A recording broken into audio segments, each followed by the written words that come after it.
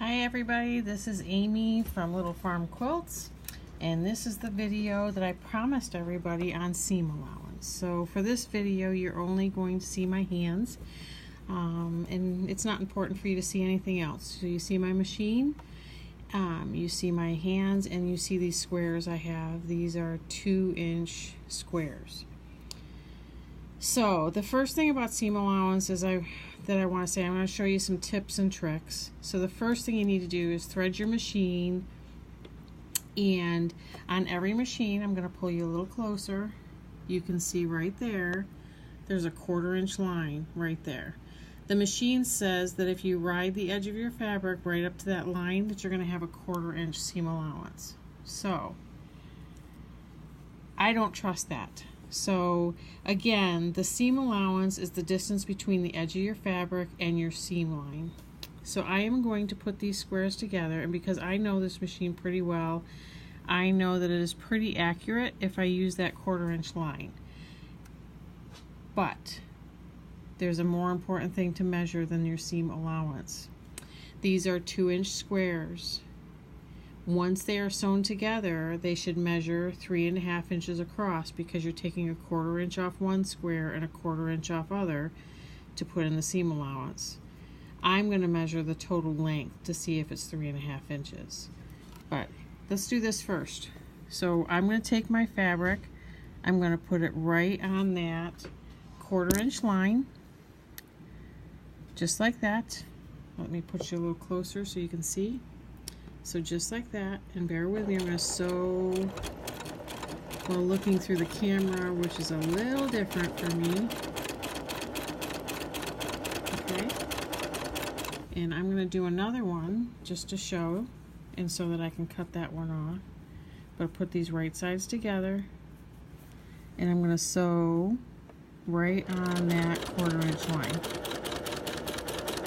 So this is what I would call test pieces. Whoops, sorry, I just knocked the camera. Bear with me. These are what I would call test pieces. So I'm going to cut this off, because that's from before. And these are your 2 squares sewn together.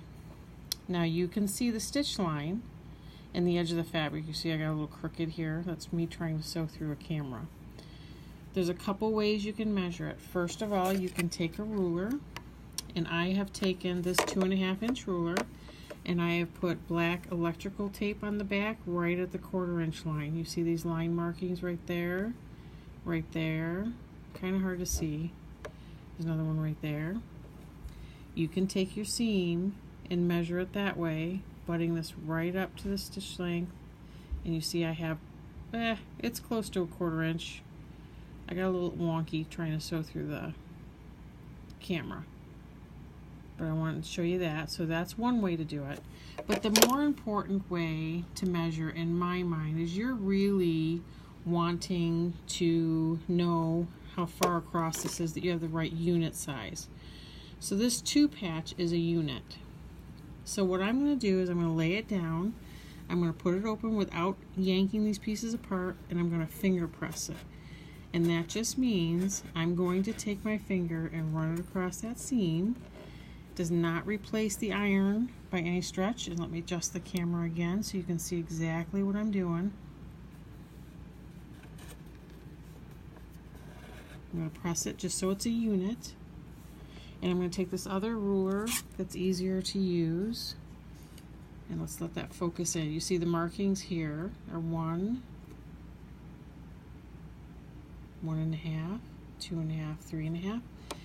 This, each block is 1 inch, and then there's your 1/2 inch.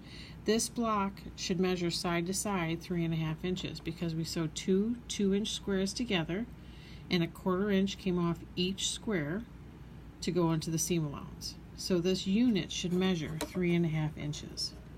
And let me see if I can get this on here and get the camera adjusted.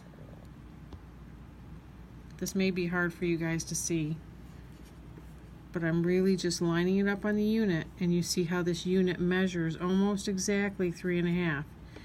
It's got this little wonky bit here, and I think that's from where I was trying to sew through the camera. But it pretty much measures your 3.5 across. That's how you know you've got a good seam allowance. If you're not measuring the measurement that you should be across your unit, you need to adjust the seam allowance.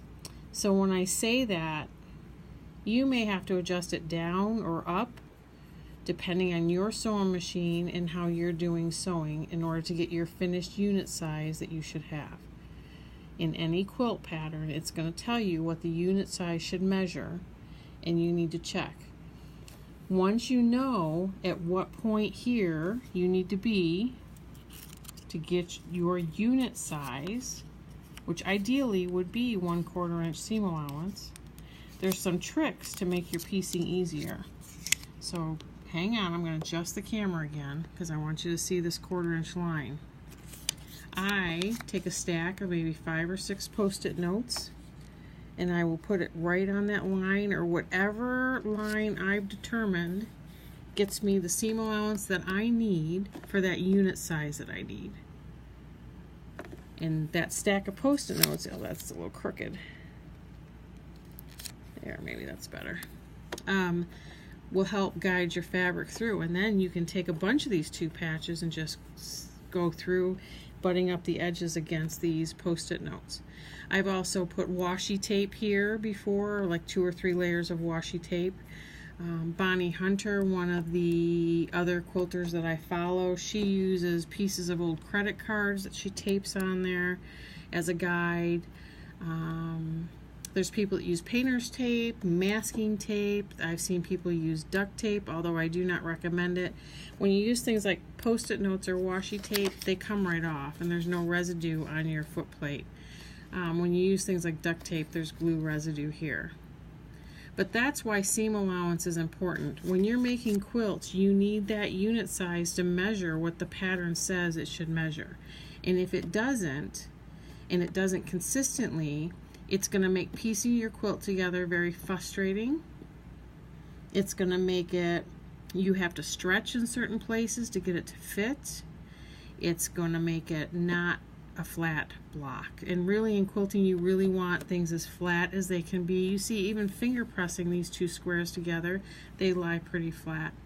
And you want that to continue through your entire quilt.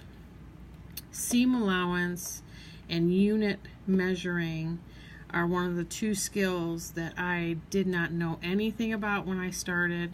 I've learned a lot along the way, and this is my initial tutorial for you. I'm sure we will discuss much further in detail seam allowance and how to get accurate unit pieces as we progress through our sew along, but I wanted you guys to have kind of an idea as to what I'm talking about with seam allowance. The machine that you're looking at here is my brother PQ 1500S. It is larger than your standard machine. Let's see if I can pull you back a little further. It's got a 9-inch throat space, which is that space between here and the interior of the machine. So it gives me a little more room to sit down quilt machine, or sit down quilts on this machine. It's a straight stitch machine only. It does not do any fancy stitches, but it's a workhorse and it can get the job done. Very easy to use machine, not complicated to thread at all, and this is one of the machines I use most often in quilting. So I hope you enjoyed this video, and I hope you have a good time practicing your seam allowances. Practice, because our sew along is coming up. The pattern is almost finalized, and I'm looking forward to sewing with you guys. Have a great night. Bye.